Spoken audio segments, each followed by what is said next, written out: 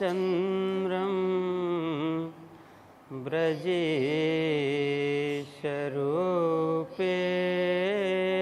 पुरापि जातं प्रविश्य प्राप्तं प्रियप्राणनाथं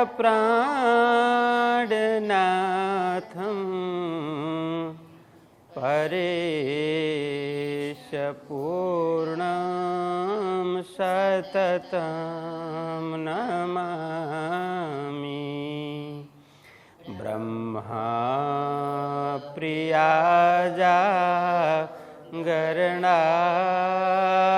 जात सर्वस्वपाता भवसेन्दुत्रात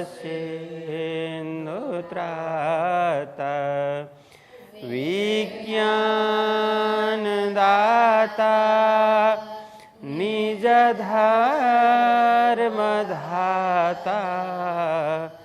दीन एकबन्धो शरणं प्रपद्ये दीन एकबन्धो शरणं प्रपद्ये।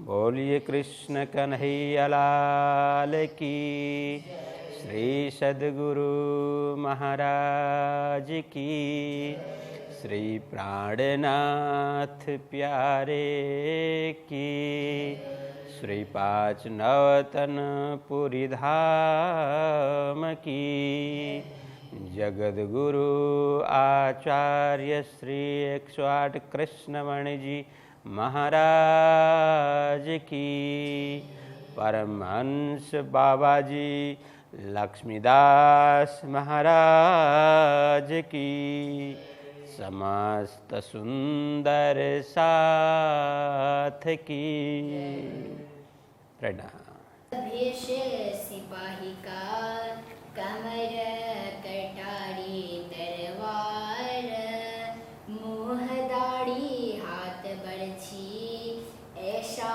भेष ल्यावनहार। ऐसा भेख ल्यावनहार। धर्मप्राण सुंदर साथ जी, आप सभी को प्रेम प्रणाम, शुभ प्रभात। वीतक प्रशिक्षण प्रसंग पर आप सभी उपस्थित हैं। हम सभी ने कल कहाँ तक चर्चा की थी? 59 चौपाई, 59 चौपाई तक हमने उसका प्रसंग सुना। यह प्रसंग चल रहा है निजानंदाचार्य सद्गुरु धनिश्री देवचंद्र जी महाराज की साधना के विषय में।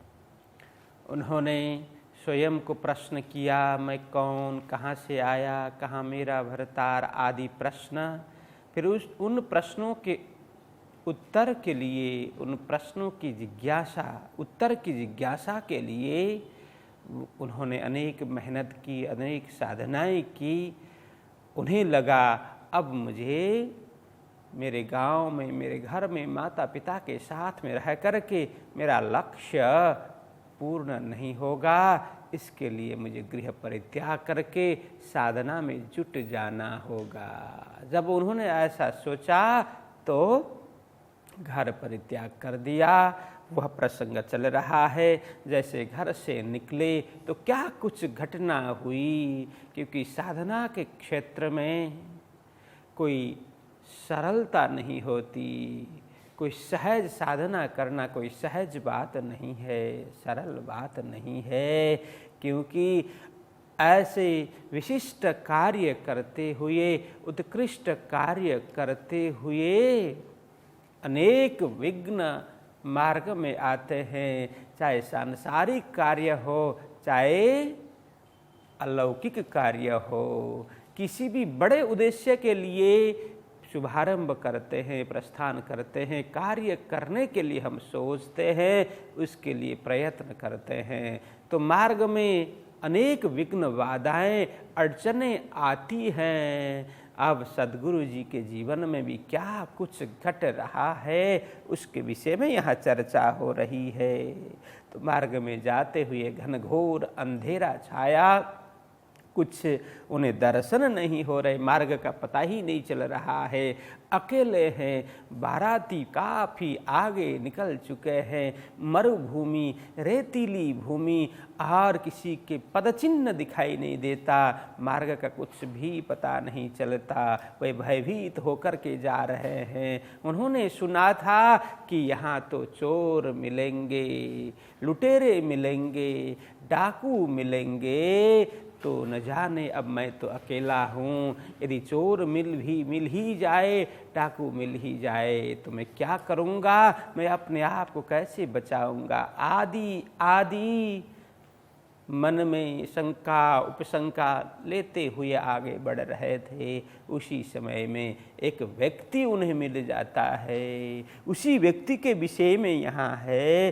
तो वो व्यक्ति ने, उस व्यक्ति के विषय में लालदास जी महाराज लिखते हो, कैसा व्यक्ति, तो वे कहते हैं कि यह भेष तो सिपाही का है, सिपाही का भेष है और कमर में उसकी कटारी तलवार लटकी हुई है, मुंह में दाढ़ी है, हाथ में बरछी है, ऐसा भेष बनाने वाला, ऐसे भेष में एक व्यक्ति मिला। यहाँ तक प्रसंग चल रहा है। तो अब आगे हम प्रयाण करते हैं, तो कहते हैं मुख से आए बचन कहे छोड़ो कमर तलवार, मुँह मुदा दहशत से कछु न आया विचार। यह है 60वीं चौपाई। तो यहाँ कहते हैं मुख से आए वचन किनके, वह व्यक्ति जिसकी मुंह में दाढ़ी है, हाथ में बरछी है, सिपाही का भेष है, कमर में तलवार लटकी हुई है, उन्होंने अचानक मुख से वचन निकाला। उनके मुख से वचन निकला क्या, कहे छोड़ो कमर तलवार, कहा छोड़ो कमर तलवार। क्या कहा, है बालक, अब क्या है कि कहे छोड़ो कमर तलवार, क्योंकि सद्गुरु जी के कमर में भी तलवार, छोटी कटारी लटकी हुई थी। उन्होंने भी अपने पास एक खंजर रखा हुआ था, क्योंकि समय परिस्थिति ऐसी थी कि कोई भी ऐसे पैदल यात्री चलते ऐसे तो साथ में कुछ न कुछ हथियार तो रखते ही थे। तो सद्गुरु जी ने भी अपने कमर पर एक कटारी खंजर रखा हुआ था। तो वह व्यक्ति ने क्या कहा, हे बालक,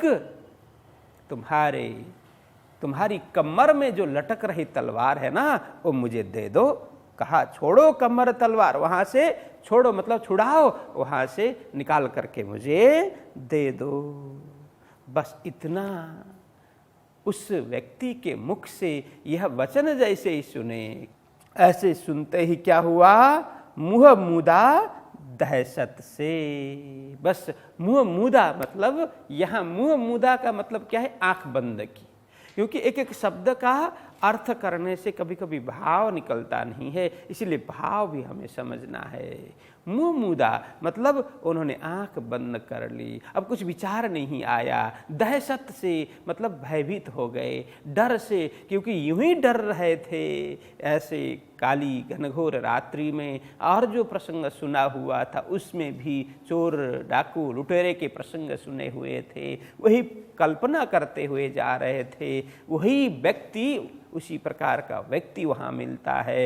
यूं ही डरे हुए थे। अब सीधा आकर के और कुछ न बोलते हुए उन्होंने क्या कहा, हे बालक, तुम्हारे पास में, तुम्हारी कमर में जो तलवार लटक रही है वो मुझे दे दो, खोल करके दे दो। जैसे ये सुना, मुँह मुदा दहशत से उनकी आंखें बंद हो गई।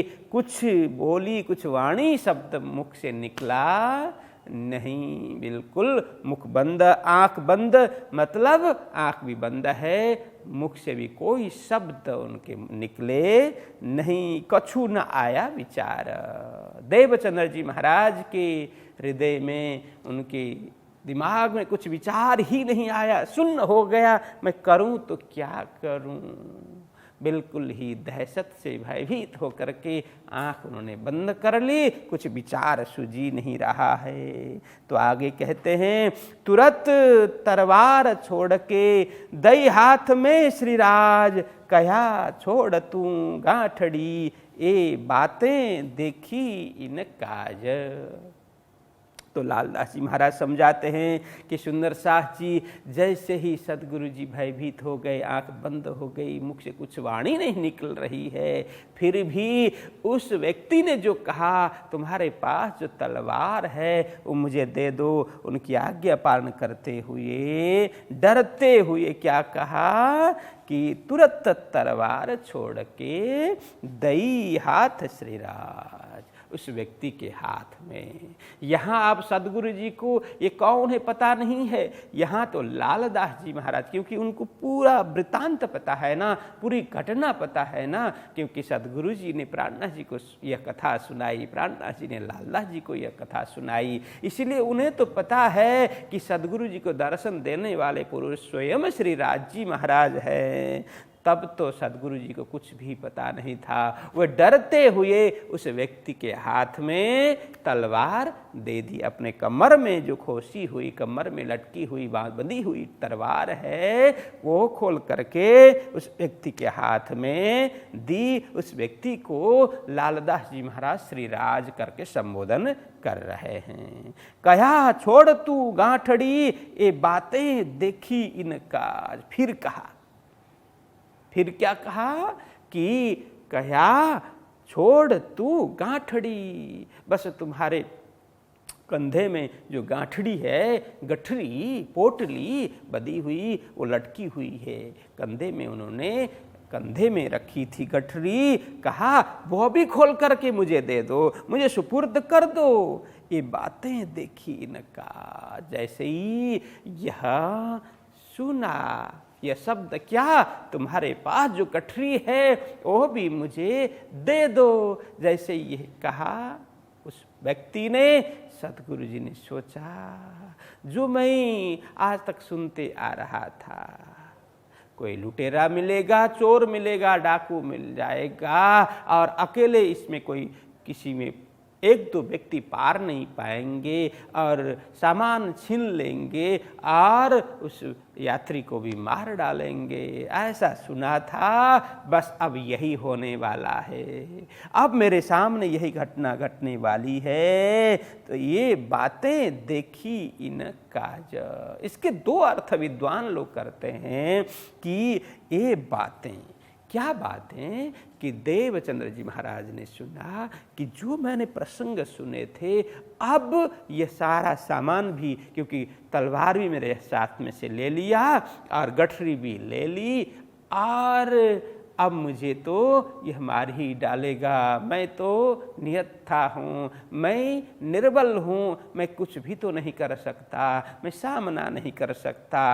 और वो ऐसा डरावना भयभीत करने वाला स्वरूप है और बल से भी ये मजबूत है, और मैं तो निर्बल हूँ, मैं कुछ नहीं कर पाऊंगा। उन्होंने सोचा इसीलिए यही काज के लिए, इन काज क्या, अब लूटने के लिए और मुझे मारने के लिए ही ये सारा ये कर रहा है। मेरे कमर से तलवार भी उसने ले ली, गठरी भी उसने ले ली।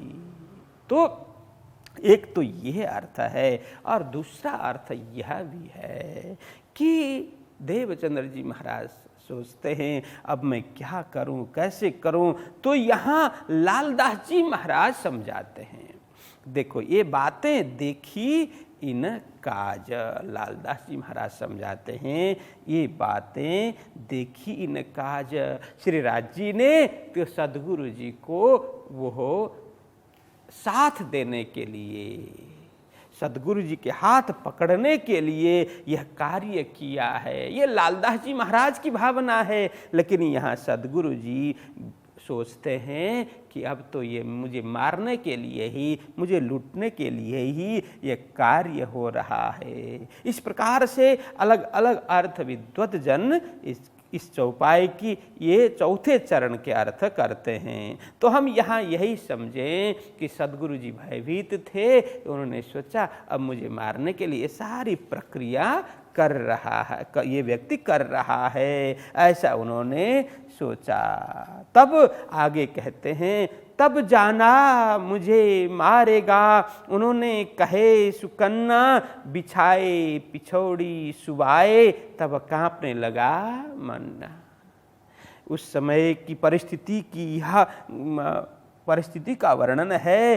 क्या देवचंद्र जी महाराज विचार करने लगे, क्या तब जाना मुझे मारेगा। अब तलवार ले ली, गठरी ले ली, और अब तो मुझे निश्चित रूप से मुझे ये मार ही डालेगा। उन्होंने कहे सुकन्ना, ये विचार कर रहे थे, यही कल्पना कर रहे थे, ये सोच रहे थे कि मुझे अब मार डालेगा, मेरा बचने का कोई ठौर नहीं, कोई उपाय नहीं, मैं इससे पार नहीं पाऊंगा, मैं इसके हाथ दो हाथ नहीं कर पाऊंगा, यह सोच रहे थे। तब देवचंद्र जी महाराज के सामने उस व्यक्ति ने एक सुकन कहा। क्या उन्होंने कहे सुकन्ना, उस व्यक्ति के मुख से वाणी निकली, वचन निकले। क्या कहते हैं, बिछाए पिछौड़ी सुवाए। हाँ, अब उस व्यक्ति ने क्या किया कि अपने कमर में जो पिछौरी है वो बंधी हुई थी, वो छोटी सी चादर होती है ओढ़ने की, छोटी सी चादर, उसको पिछौरी बोलते हैं। तो वो पिछौरी है उस व्यक्ति के कमर में बंधी हुई थी, वो पिछौरी जमीन में क्या किया, बिछा दिया, और देवचंद्र जी महाराज को कहा, हे बालक तुम अब इसमें सो जाओ। अब देवचंद्र जी महाराज क्या कहें, अब कुछ बोल नहीं पाएंगे, क्योंकि अब कोई विकल्प भी तो नहीं है। उस व्यक्ति ने कहा पिछौरी के ऊपर सो जाओ, तो वे सो गए, कुछ भी बोले बगैर मौन होकर के सो गए। यही कहते हैं, बिछाए पिछौड़ी सुवाए, तब कांपने लगा मन, भयभीत होकर के कांपते हुए, मन में बहुत दहशत है, बहुत डर है, लेकिन क्या करें। जैसे बिल्ली के सामने कबूतर डर करके आंख बंद कर देता है और कांपने लगता है, इसी तरह से देवचंद्र जी महाराज का हाल है। उन्होंने आंख भी बंद कर ली, कुछ वाणी नहीं निकल रही है, विचार भी शून्य हो गए हैं, और जैसा उस पुरुष ने कहा वही करते जा रहे हैं। वे सो गए कहाँ, उस पिछौरी के ऊपर, कांपते हुए, डरते हुए। आगे कहते हैं, बरछी हाथ पकड़ के एक साथल पर दे पाए, बोझ दिया शरीर का फिर यूं पूछो जाए। तो यहाँ कहते हैं, लालदास जी महाराज समझा रहे हैं सुंदर शाह जी, अब आगे की घटना क्या हो गई जरा ध्यान से सुने। वे कहते हैं, वो जैसे ही सदगुरु जी उस पिछौरी के पर एक चादर के ऊपर सो गए, आंख उनकी बंद है, खुली नहीं है, बिल्कुल आंख बंद है, सो गए। और उस पुरुष ने क्या किया, जिसके एक हाथ में बरछी है, वो बरछी जमीन में टेक करके, टिका करके एक साथल पर दे पाए, अपना एक चरण, एक पैर है सदगुरु श्री देवचंद्र जी महाराज के, साथल मतलब ये जांग के मूल होता है, जांग मूल में अपना चरण पाए, एक साथल पर दे पाए, पाए मतलब चरण, साथल मतलब जांग। उस पुरुष ने क्या किया, एक बरछी तो नीचे जमीन में टिकाया, बरछी का सहारा लिया, भाला का सहारा लिया, और देवचंद्र जी महाराज के साथल के मूल में, जांग के मूल में अपना चरण टिका दिया।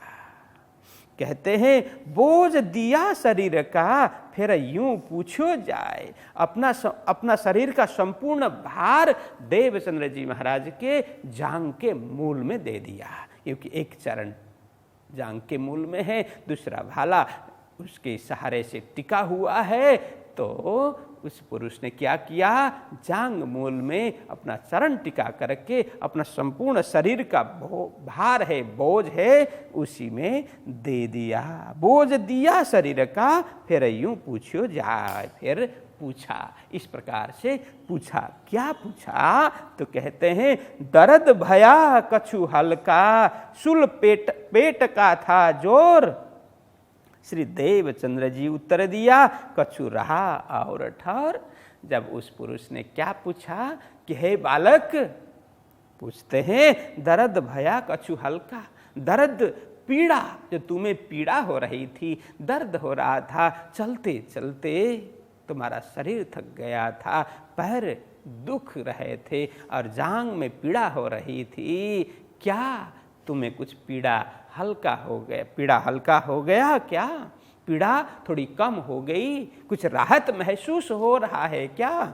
तो कहते कि दर्द भया कछु हल्का, सुल पेट का था जोर। सुल पीड़ा, सुल पीड़ा, पेट की जो पीड़ा है, दर्द है, वो जोर अतिशय, अतिशय तुम्हें पीड़ा थी, अतिशय दर्द था, वो क्या कम हुआ क्या, कुछ न्यून हुआ, तुम्हें कुछ राहत हो रही है क्या, कुछ हल्का महसूस हो रहा है क्या? ऐसा पूछा।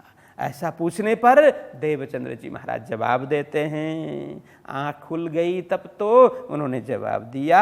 श्री देवचंद्र जी उत्तर दिया, कछु रहा और ठौर। उन्होंने उत्तर कैसे दिया कि हाँ, एक और तो वो पीड़ा कम हो गई, अब दूसरी ओर पीड़ा बची हुई है, दर्द अभी दूसरी ओर है। एक तरफ तो शरीर के एक तरफ तो बिल्कुल राहत महसूस हो गई, बिल्कुल हल्का हो गया, फ्रेश हो गया, लेकिन दूसरी ओर अभी भी पीड़ा बाकी है। उन्होंने बड़ी मीठी और धीमे स्वर से कहा कि कछु रहा और ठौर। तो फिर दूसरी जांग मूल में दे पाव खड़े रहे, बोझ दिया शरीर का इन शरीर पर दे। तो लालदास जी महाराज कहते हैं, सुंदर साथ जी, इस प्रकार सदगुरु श्री देवचंद्र जी महाराज के कहने पर, क्या कहने पर, हाँ, एक तरफ तो ठीक हो गया, दूसरी ओर अभी भी पीड़ा बची हुई है, पीड़ा बाकी है। तो फिर दूसरी जांग में उस व्यक्ति ने क्या किया, अब दूसरी ओर आकर के दूसरी जांग में दे पाव खड़े रहे, अपना चरण टिकाया जांग के मूल में और खड़े रहे, अपना पांव दे दिया, दे पांव खड़े रहे, अपना चरण उसमें टिकाया और खड़े रहे। बोझ दिया शरीर का, अपना शरीर का संपूर्ण बोझ वो उसी स्थल पर, मतलब उस साथल पर जांग मूल में दिया, इन शरीर पर दे। इन मतलब यहाँ देवचंद्र जी महाराज के शरीर पर दे। देखो यहाँ ये एक एक शब्द का वो ध्यान देना चाहिए कि इन मतलब किन के शरीर में, देवचंद्र जी महाराज के शरीर में। उनका शरीर मतलब उस व्यक्ति ने अपना शरीर का बोझ उनके शरीर में दे दिया। कहते हैं फिर पूछा क्या खबर, शूल मिटा आकार, तब उठ खड़े भये देवचंद्र जी, ऐसा किया विचार। तो आगे कहते हैं फिर पूछा क्या खबर, उस व्यक्ति ने देवचंद्र जी महाराज को पूछा, हे बालक अब बोलो क्या खबर है, क्या समाचार है, तुम्हारे शरीर में क्या हो रहा है, कुछ चल रहा है, अब कुछ पीड़ा हल्का हो गई, कुछ दर्द मिट गया क्या, अब बताओ। तब देवचंद्र जी महाराज का शरीर तो बिल्कुल एकदम दर्द से मुक्त हो गया था, पीड़ा मुक्त हो गया था। तो शूल मिटा आकार, क्या तुम्हारे शरीर की शूल है, पीड़ा है, आकार मतलब शरीर, शूल मतलब दर्द, क्या मिट गया? यह पूछने पर देवचंद्र जी महाराज ने कहा, हाँ बिल्कुल, अब तो दोनों तरफ यह दर्द मिट गया, सब कुछ ठीक हो गया। यह प्रसंग कहा ऐसा प्रसंग नहीं है, कहा ही होगा। तो देवचंद्र जी महाराज ने ये कहने पर फिर उन्होंने आज्ञा दी। तब उठ खड़े भये देवचंद्र जी। देवचंद्र जी महाराज पिछौरी में सोए हुए थे, वो उठ गए, उनकी आज्ञा से फट से उठ गए और ऐसा किया विचार। अब देवचंद्र जी महाराज ने विचार किया। क्या विचार किया? अब सोचने लगे कि ये व्यक्ति है कौन? मैं तो अभी तक सोचता था ये लुटेरा है, डाकू है, ये चोर है, मेरी तलवार भी ले ली, गठरी भी ले ली, मुझे मारेगा, ऐसा ही मैं सोच रहा था। लेकिन इसने तो मुझे सुला करके क्या किया कि अपने चरण मेरे जांग मूल में टिका करके मेरे समस्त शरीर का दर्द मिटा दिया, शरीर की पीड़ा उसने हरण कर दी। तो ये कैसा चमत्कार हुआ? ये कौन है? आदि आदि यह स्वयं के अंदर ये विचार करने लगे कि ये व्यक्ति कौन है, किस प्रकार से मेरी पीड़ा दूर कर दी, दर्द दूर कर दिया।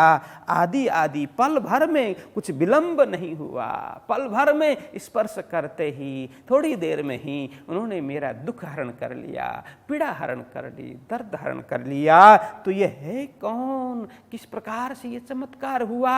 आदि आदि विचार करने लगे। ऐसा किया विचार, वो विचार चल ही रहा है देवचंद्र जी महाराज के दिल में। तो आगे कहते हैं, पिछौड़ी कमर बंधाए के बोझ बांधा अपनी पीठ पर, तब जाना श्री देवचंद्र जी ये मारे नहीं क्यों कर रहा। देवचंद्र जी महाराज अब सोचते हैं कब कि पिछौड़ी कमर बंधाए की। जब उस पुरुष ने क्या किया, जो पिछौड़ी जो बिछाई हुई थी ना, जिसमें देवचंद्र जी महाराज को सुला दिया था, वो पिछौड़ी फिर उठाई और पिछौड़ी को क्या किया, देवचंद्र जी महाराज के कमर में कस दिया, उन्होंने बांध दिया देवचंद्र जी महाराज के कमर में और बोझ बांधा अपनी पीठ पर। ये बोझ मतलब वो गठरी का बोझ है, गठरी का भार है। देवचंद्र जी महाराज जो अपने साथ में गठरी लेकर के आए थे, जो पाथेय उनके पास में था, खाने पीने की सामग्री, पहनने आदि की वस्तुएं उनके पास में थी, गठरी, वो गठरी उस पुरुष ने अपने कंधे में डाल लिया। बोझ बांधा अपनी पीठ पर, अपने पीठ में वो बोझ किसकी, गठरी की बोझ है, गठरी का भार अपने पीठ में डाल लिया। तब जाना श्री देवचंद्र जी ये मारे नहीं क्यों कर रहा। आप उनको संतोष हुआ, उन्हें विश्वास हुआ कि तब जाना श्री देवचंद्र जी। देवचंद्र जी महाराज ने क्या जाना, क्या सोचा, उनके मन में यह विश्वास आया। तब उन्होंने समझा ये मुझे मारने वाला तो नहीं है। अभी तक तो डर रहे थे ये मुझे मारेगा करके, लेकिन अब उन्हें विश्वास हुआ, भरोसा हुआ कि अब यह पुरुष मुझे मारेगा तो नहीं, ये मारे नहीं क्यों कर रहा, इसी प्रकार से ये मुझे मारने वाला तो नहीं है। तो आगे कहते हैं, बंदी खाने रख के करावे गुलाम, मारने से तो बचाया अब क्या करावे काम। वो कहते हैं बंदी खाने रख के, बंदी खाना मतलब कारागृह, जेल, कैद, कैद में अब रखेगा, मुझे मारेगा तो नहीं, मुझे मारेगा तो नहीं, लेकिन क्या करेगा, मुझे जेल में डालेगा अथवा मुझे कारागृह में डालेगा, कैद खाना में रखेगा, अपने साथ में कैद में रखेगा, उसकी कैद में मतलब उसके निगरानी में रखेगा और वो जैसा कहे मुझे वैसा करना होगा। करावे गुलाम, मुझे दास बनाएगा, नौकर बनाएगा। तो कहते हैं मारने से तो बचाया, कोई बात नहीं, वो सोचते हैं कोई बात नहीं, मैं उसकी जेल में भी बैठने के लिए तैयार हूँ, उसकी गुलाम बनने के लिए भी तैयार हूँ, क्योंकि मरने से तो मैं बच गया। यहाँ कहते मारने से तो बचाया। किसने बचाया? तो आप परमात्मा को याद करते हैं, हाँ ये व्यक्ति के हाथ से मरने से तो परमात्मा ने मुझे बचा लिया, कोई बात नहीं, अब यह व्यक्ति मुझे गुलाम भी बनाएगा, दास बनाएगा, मैं बनने के लिए तैयार हूँ, कोई बात नहीं, मैं स्वीकार करूँगा। अब क्या करावे काम, कुछ काम कराएगा, सेवा कराएगा, गुलाम बनाएगा, दास बनाएगा, अपने कब्जे में रखेगा, कैद खाना में रखेगा, मैं मुक्त नहीं होऊंगा, स्वतंत्र मुझे कहीं विचरने नहीं देगा, वो अपने हिसाब से चलाएगा, कोई बात नहीं। परमात्मा का लाख लाख शुक्रिया। क्यों? क्योंकि उन्होंने मुझे मरने से तो बचाया, मैं जिंदा तो हूँ, मैं अब मरने वाला नहीं हूँ, ये मुझे मार तो नहीं डालेगा।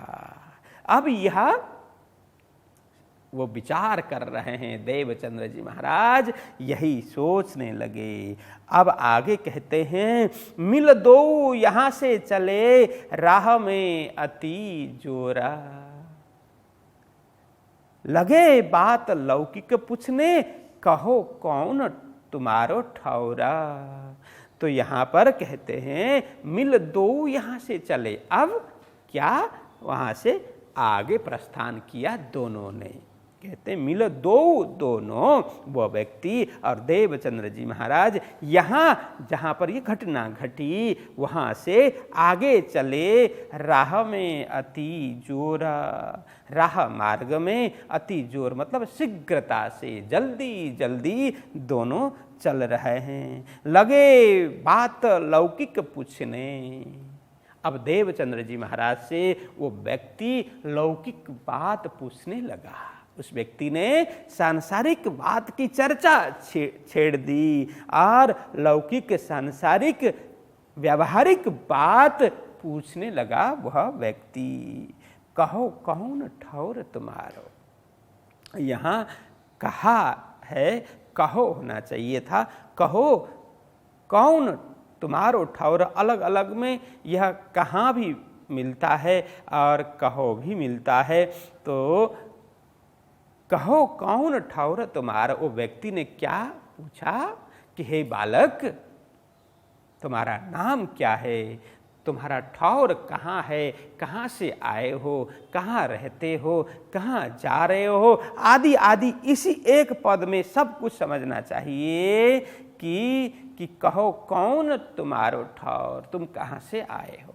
तो सीधा इतना तो पूछा नहीं होगा, सब कुछ पूछा होगा। तुम्हारा नाम क्या है, कहाँ से आए हो, कहाँ रहते हो, कहाँ जा रहे हो, आदि आदि सब कुछ पूछा होगा। लेकिन पद्य में यह है, थोड़े में सब कुछ उसी में समाया होता है, उसी प्रकार से समझना होता है। और आगे पूछते हैं, नाम माता का पूछत और कुटुंब परिवार, ताको उत्तर देते हैं चले जाए तीन लार। तो लालदास जी महाराज समझाते हैं, सुंदर साथ जी, इस प्रकार से वह पुरुष क्या पूछने लगा कि हे बालक, नाम माता का पूछत, तुम्हारे माता का नाम क्या है, और कुटुंब परिवार और उनके कुटुंब परिवार इष्ट मित्र सबके विषय में पूछने लगा।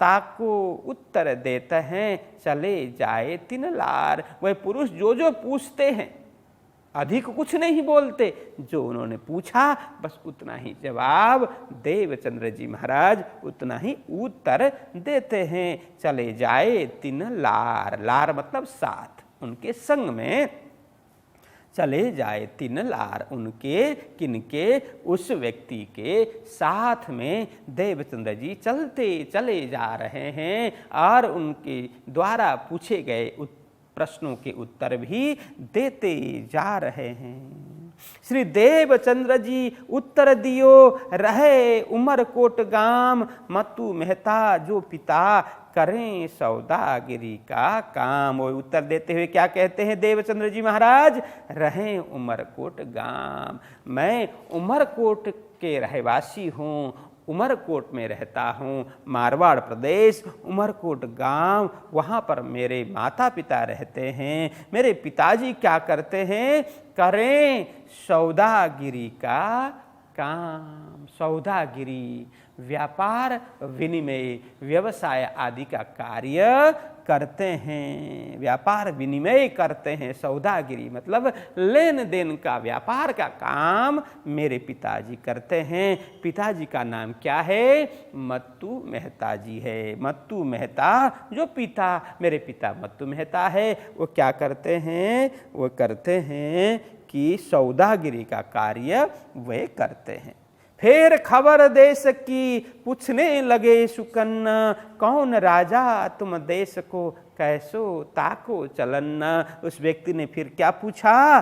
फिर खबर देश की, पूरे देश की खबर, देश का समाचार जानना चाहा कि तुम्हारे देश में क्या कुछ चलता है, वहाँ का राजा कैसा है, आदि आदि। फिर खबर देश की पूछने लगे सुकन्ना। तो यहाँ सुकन मतलब ऐसे सुकन का सीधा सीधा अर्थ होता है वचन, लेकिन यहाँ समाचार खबर के रूप में लेना चाहिए।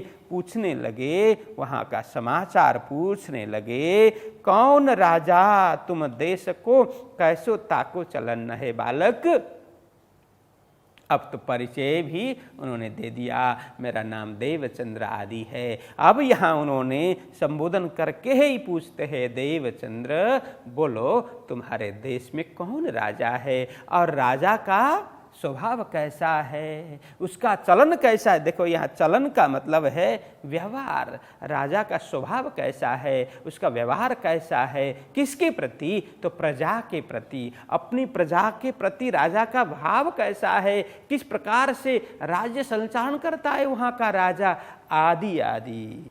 हाँ, तो कहते हैं कौन राजा तुम देश को कैसो ताको चलन। वहाँ के राजा का नाम क्या है, वो अपने प्रजा के प्रति कैसा व्यवहार रखता है, प्रजा पालन में उसका भाव कैसा है, आदि आदि प्रश्न वहाँ पर करते हैं। और आगे कहते हैं, कौन वजीर ताके रहे क्यों कर चलत व्यवहार।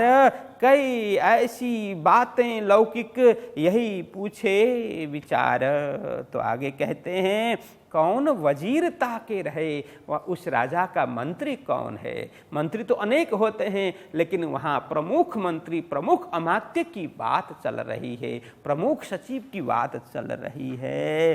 तो वहाँ का प्रमुख अमात्य कौन है और उसका चाल चलन व्यवहार कैसा है, राजा के साथ में संबंध कैसा रखता है, प्रजा के प्रति उसकी भावना कैसी है, किस प्रकार की सेवा का कार्य करता है, आदि आदि। क्यों कर चलत व्यवहार, वो कैसा चाल चलता है, व्यवहार किस प्रकार का करता है, इस अर्थ में है। उसकी प्रवृत्ति क्या है, राजा के साथ में संबंध कैसा बनाए रखता है, प्रजा के साथ में उसका संबंध किस प्रकार का है, आदि आदि प्रश्न करते हुए जा रहे हैं। कई ऐसी बातें लौकिक, इस प्रकार की अनेक बातें उन्होंने पूछी, प्रश्न पूछे। देवचंद्र जी महाराज सभी प्रश्नों के उत्तर दे रहे हैं। जो जो उन्हें लगा, जिस प्रकार से लगा, वो उत्तर देते हुए जा रहे हैं। यही पूछे विचार।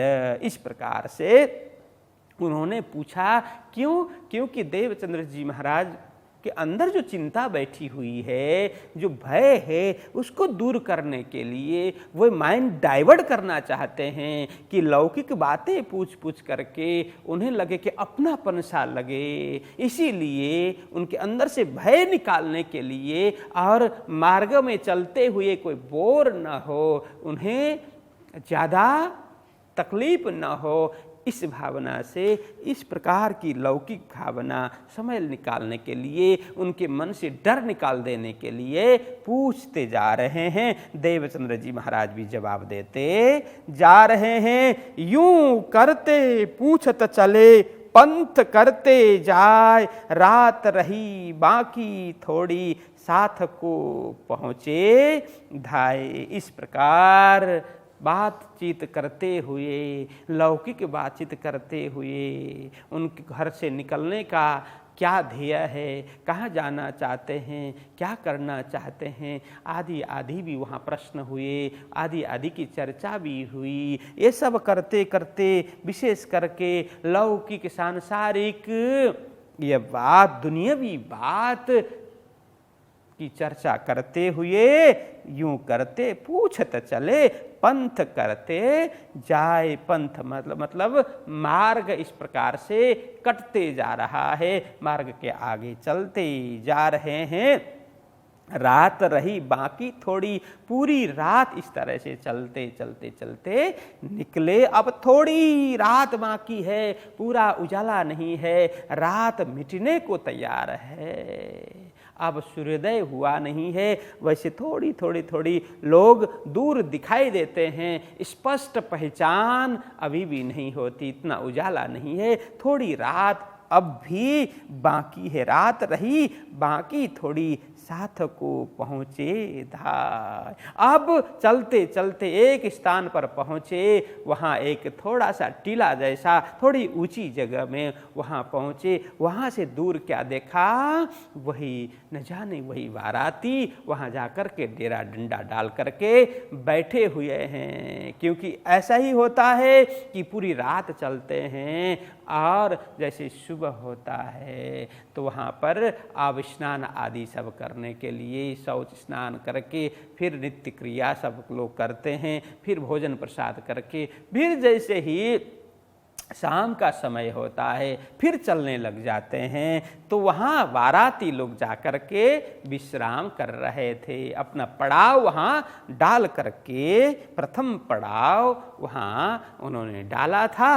और लेकिन इधर देवचंद्र जी महाराज और वह पुरुष जो साथ में बातचीत करके चल रहे थे, उनसे कुछ थोड़े दूर में जाकर के खड़े रहे, साथ को पहुँचे धाय। अब यहाँ यह भाव है कि साथ मतलब वो बाराती जो देवचंद्र जी महाराज जिसका साथ पाना चाहते थे, जिसके साथ पीछे पीछे होना चाहते थे, जिसके साथ से वे कच्छप पहुंचना चाहते थे, वो साथ अर्थात बारातियों के निकट पहुंचे। वहाँ बिल्कुल मिल गए के अर्थ नहीं है, वो साथ को पहुंचे धाए। चलते चलते वे जहाँ डेरा डंडा डाल करके बैठे थे, प्रथम पड़ाव डाल करके बैठे थे, उसके निकट पहुंचे। दोनों धाए मतलब शीघ्रता से चल रहे थे ना, दोनों व्यक्ति बातचीत करते हुए शीघ्रता से भी चल रहे थे। लेकिन देवचंद्र जी महाराज को वे कोई ज्यादा थकावट की महसूस नहीं हुई थी। इस तरह से साथ को पहुंचे धाए, वहां पहुंचे जहां बाराती लोग बैठे हुए थे। थोड़े दूर, थोड़े उसके निकट पहुंचे और आगे कहते हैं उस जगह खड़े रहे। मानो 100-500 मीटर दूर ये लोग बैठे हुए थे, वहाँ से थोड़े निकट में जाकर के दोनों खड़े रहे, उस जगह खड़े रहे। पिछौड़ी छुड़ाई कमर से, अपनी पीठ पर गांठड़ी दई श्री देवचंद्र जी को इन समय। अब कहते हैं उस जगह में, उस स्थान पर खड़े रहे। थोड़े आगे, थोड़े दूर बाराती लोग बैठे हुए हैं, थोड़े आगे थोड़ी ऊंची स्थान पर वहाँ दोनों जाकर के खड़े रहे और पिछौड़ी छुड़ाई कमर से। वह पिछौड़ी किसके कमर में बंधी हुई थी? हाँ, किसकी पिछौड़ी थी? हाँ, वो सिपाही भेष में जो व्यक्ति था उसने अपनी पिछौरी है देवचंद्र जी महाराज की कमर में बांध दी थी। अब वह पिछौरी खोल करके अब ले ली। देवचंद्र जी महाराज को कहा वो पिछौरी खोल करके मुझे दे दो। कहते हैं उस जगह खड़े रहे, पिछौड़ी छुड़ाई कमर से। छुड़वाई मतलब देवचंद्र जी महाराज के कमर से छुड़ाई। उन्होंने आज्ञा की कि देवचंद्र वो पिछौरी खोल करके मुझे दे दो। अपनी पीठ पर गांठड़ी दई श्री देवचंद्र जी को इन समय। देवचंद्र जी महाराज की जो गठरी है, पोटली है, वो स्वयं के कंधे में, स्वयं के पीठ में उन्होंने उठा रखी थी पोटली। वो अब किसको? देवचंद्र जी महाराज को इस समय, इन समय मतलब अब इस समय प्रदान किया, उनके हाथ में दे दी, उनको दे दिया गया। अब आगे कहते हैं, दई तलवार छोड़ के देख ए तेरो साथ, जो पीछे फिर के देखई मेरा किनने पकड़ा था हाथ। तब उन्होंने देवचंद्र जी महाराज की जो तलवार है पहले अपने पास में रखी थी, वह भी देवचंद्र जी महाराज को दे दी और उन्होंने कहा, है देवचंद्र, तुम जिस बारातियों के पीछे पीछे चल रहे थे, जिनको मिलने के लिए उतावल थे, चलते चले जा रहे थे, यही है ना सामने तुम्हारे ये साथी बैठे हुए हैं। ये देखो तुम्हारे साथी तो नहीं है, ये देखो तेरो साथ, ये तुम्हारे साथी, तुम्हारे संगी, मतलब जो तुम इनके साथ में होना चाहते थे, ये बाराती आगे बैठी हुई है। जो पीछे फिर के देखहीं, जैसे उन्होंने संकेत किया, इशारा किया, आगे ये साथी बैठे हुए हैं, देख लो। देवचंद्र जी महाराज उत्साहित हो गए, क्योंकि उनको ही मिलने के लिए वे दौड़ रहे थे। तब उन्होंने उत्साहित होकर के देखा। जैसे ही उन बारातियों की ओर नजर कर ली, तब वे प्रसन्न मुद्रा में थे कि हाँ, मुझे बाराती मिल गए। यह खुशी के भाव से उन्होंने उस ओर दृष्टि की, और जैसे ही उन्हें पता चला हाँ बाराती है, मेरे साथी है, निश्चित हुआ और पीछे मुड़ करके तब ही देखा, जो पीछे फिर के देखहीं मेरा किनने पकड़ा था हाथ। जैसे बारातियों की ओर से दृष्टि हटा करके पुनः उस व्यक्ति की ओर दृष्टि लगाई तो वहाँ कोई था नहीं, वहाँ तो वे अकेले थे। चारों ओर दृष्टि घुमा करके उन्होंने देखी, कोई मिला नहीं। वे अकेले इधर उधर देखा, कोई मिला ही नहीं। जो पीछे फिर के देखहीं मेरा किनने पकड़ा था हाथ। अब वो समझ गए। चारों ओर देखा, कोई न मिलने पर तब उन्हें विचार किया, अरे ये कौन था, अभी तक मेरा हाथ किसने पकड़ा था। देखो, यहाँ हाथ पकड़ने का मतलब मेरा किनने पकड़ा था हाथ। हाथ पकड़ने का मतलब हाथ पकड़ करके चल रहे थे, ऐसी बात नहीं है। वो साथ में थे, उनको साथ देना, उनको सहयोग करना। यहाँ भी हम व्यवहार में प्रयोग करते हैं ना, क्योंकि उनके हाथ तो उसके ऊपर है।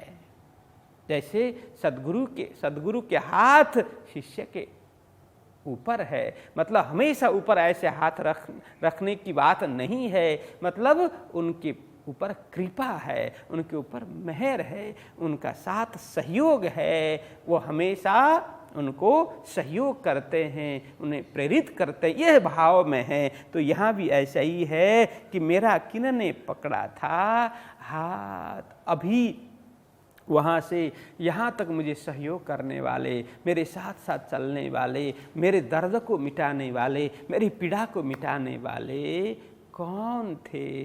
मुझे साथ सहयोग करने वाले, इस घनघोर रात्रि में मेरा साथ निभाने वाले, इस अर्थ में है ये कौन थे? इसी अर्थ में कहा मेरा हाथ किन्होंने पकड़ा था।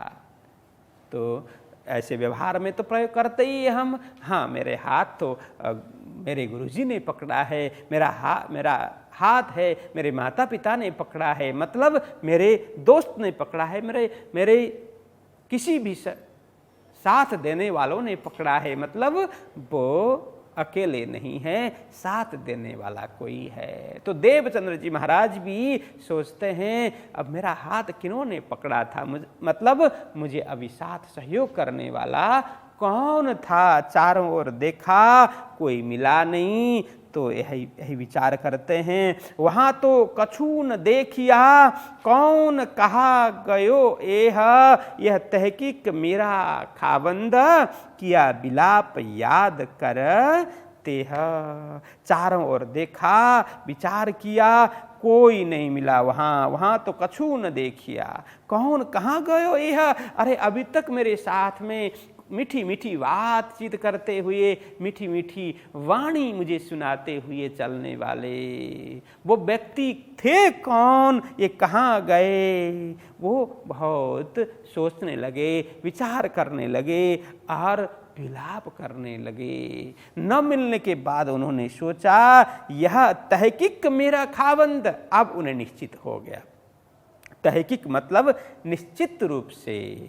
निश्चित रूप से मेरा खावंद मतलब मेरे स्वामी हैं, मेरे प्रियतम है, मेरे मालिक है, मेरे आधार हैं। खावंद का ये अर्थ होता है स्वामी, प्रियतम, मालिक, आधार, कुछ भी कहो, कि यह निश्चित रूप से मेरे मालिक हैं, जिसको मैं ढूंढ रहा था यह तो यही है और कोई नहीं है। क्या विलाप याद करते हैं, तेह मतलब उन श्री राज जी को, उन मालिक को, उन प्रियतम को याद करते हुए देवचंद्र जी महाराज विलाप करने लगे, क्रंदन करने लगे, अंदर ही अंदर रोने लगे, बिलखने लगे, विलाप करने लगे। अरे ये तो मेरे मालिक थे, मेरे प्रियतम थे, मेरे स्वामी थे, मेरे भरतार थे, यही तो मेरे आधार थे। मुझे इतनी घनघोर रात्रि में साथ निभाने वाले, मीठी मीठी वाणी बोलने वाले तो यह और कोई नहीं थे, यह तो मेरे मालिक ही थे। इस प्रकार से निश्चित होकर ये निश्चित किया अपने आप से और विलाप करने लगे। मैंने उनको पहचाना नहीं, मैंने उनको जाना नहीं, मैं कितना भागा हूँ, यह आदि आदि अंदर ये विचार करते हुए वो विलाप करने लगे। ऐसा ही होता है हमारे पास में, जब कभी कोई व्यक्ति होते हैं उनको हम पहचान नहीं पाते, जब कभी हमारे पास मौका होता है उनको हम नहीं पहचान पाते, उनकी कीमत नहीं करते, और जब व्यक्ति चले जाने के बाद हो या समय निकलने के बाद हो हम पछताते हैं, हम विलाप करते हैं। अरे मेरे पास इतना बढ़िया समय था, इतने अच्छे अच्छे व्यक्ति मेरे पास थे, साथ सहयोग करने वाले, तब तो मैंने उनको जाना नहीं, उनकी आज्ञा पालन नहीं की, आदि आदि हम भी ऐसा ही विचार करते हैं। हम सब की कथा कहानी है यह। तो देवचंद्र जी महाराज भी सोचने लगे, अरे मेरे मालिक थे मेरे साथ में, लेकिन मैंने जाना पहचाना नहीं। फेर के एता विचारिया मेरे ए तो है सिर पर। देखो ए तो मतलब ए को अलग करना चाहिए, मेरे ए तो है सिर पर, यह भाव है। उन्होंने क्या विचार किया कि फेर के एता विचारिया मेरे ये तो है सिर पर, जहाँ कहूँ मैं डार हूँ ये छोड़े नहीं क्यों ये कर। तो विचार करने लगे, फिर मतलब पुनः ये विचार, एता विचार, ऐसा विचार किया कि इन्होंने देवचंद्र जी महाराज ने क्या विचार किया कि मेरे ये तो है सिर पर। उन्होंने अब विचार किया ये तो मेरे सिर के ऊपर ही है, मतलब मेरे ऊपर ही है। सिर के ऊपर मतलब सिर में बैठे हुए तो नहीं है, ये भाव है कि मैं अकेला नहीं हूँ, वो हमेशा मेरे साथ साथ में है, मेरे हृदय में है, मेरे मस्तिष्क में है, मेरे जीवन में है। जब कभी मुझे आवश्यक पड़े वो मुझे अवश्य सहयोग करेंगे। जब कभी मेरे जीवन में संकट आन पड़े मुझे कभी अकेले छोड़ने वाले नहीं हैं, वो मुझे साथ देंगे, मेरे सहारा वही तो बनेंगे। मेरे ये तो हैं सिर पर, मेरे सिर पर ये हैं, मेरे मतलब मेरे जीवन पर, मेरे जीवन के आधार तो यही है। जहाँ कहूँ मैं डार हूँ ये छोड़े नहीं क्यों कर। जहाँ कहीं मैं डार हूँ, यह भी भाव से समझने वाला पद है। वह कहते हैं जब कभी जहाँ भी हो, जिस परिस्थिति में मैं संकट से घिर जाता हूँ, मुझे मार्ग नहीं मिलेगा, जब कभी क्या करूं, कैसे करूं, कहाँ जाऊं, इस प्रकार की असमंजस की परिस्थिति जब खड़ी हो जाती है, ऐसे संकटाकीर्ण मार्ग में, कंटकाकीर्ण मार्ग में वही मुझे साथ निभाने वाले हैं। कहते हैं जहाँ कहूँ मैं डार हूँ, मैं जहाँ कहीं इस प्रकार की परिस्थिति में हूँ, चाहे माया में बैठा हुआ हूँ, माया में लिपटा हुआ हूँ, इस संसार के दलदल में फंसा भी हूँ, लेकिन मुझे यह निश्चित रूप से यह विश्वास हो गया कि वही मेरे मालिक हैं, वो मुझे कभी छोड़ने वाले नहीं हैं। मेरा हमेशा हाथ पकड़ने के लिए वे तैयार हैं, मेरे सिर पर बैठे हुए, मतलब मुझे हमेशा कृपा करने वाले हैं, हमेशा मेहर करने वाले हैं, मुझे मेरे मार्ग को दिखाने वाले, मार्गदर्शन करने वाले, पथ प्रदर्शन करने वाले वही तो मेरे मालिक हैं। ये छोड़े नहीं क्यों ये कर रहा, ये किसी प्रकार से छोड़ने वाले नहीं हैं। बालक चाहे कितना भी हठी हो, बालक के मन में चाहे माता पिता के प्रति सद्भाव न हो, प्रेम न हो, लेकिन माता पिता अपने बालक के प्रति हमेशा स्नेह बरसाए रहते हैं, वो वात्सल्य लुटाए रहते हैं, बालक को किसी कठिन परिस्थिति में छोड़ते नहीं है। इसी प्रकार से मैं भी उनका बालक हूँ, मेरे वे मालिक हैं, मुझे किसी प्रकार से किसी भी कठिन परिस्थिति में, किसी भी संकट की घड़ी में वो मुझे छोड़ने वाले नहीं है, हमेशा मेरे ऊपर मेहर करने वाले हैं, मुझे साथ सहयोग देने वाले हैं। ये छोड़े नहीं क्यों ये कर रहा। बोलो कृष्ण कन्हैया लाल की। फ्रेंड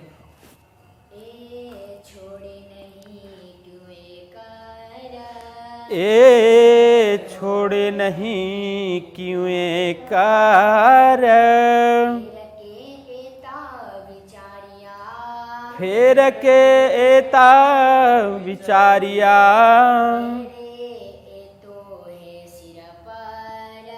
मेरे ए तो है सिर पार, जहाँ कहूँ मैं डार हूँ, ए छोड़े नहीं क्यों कार,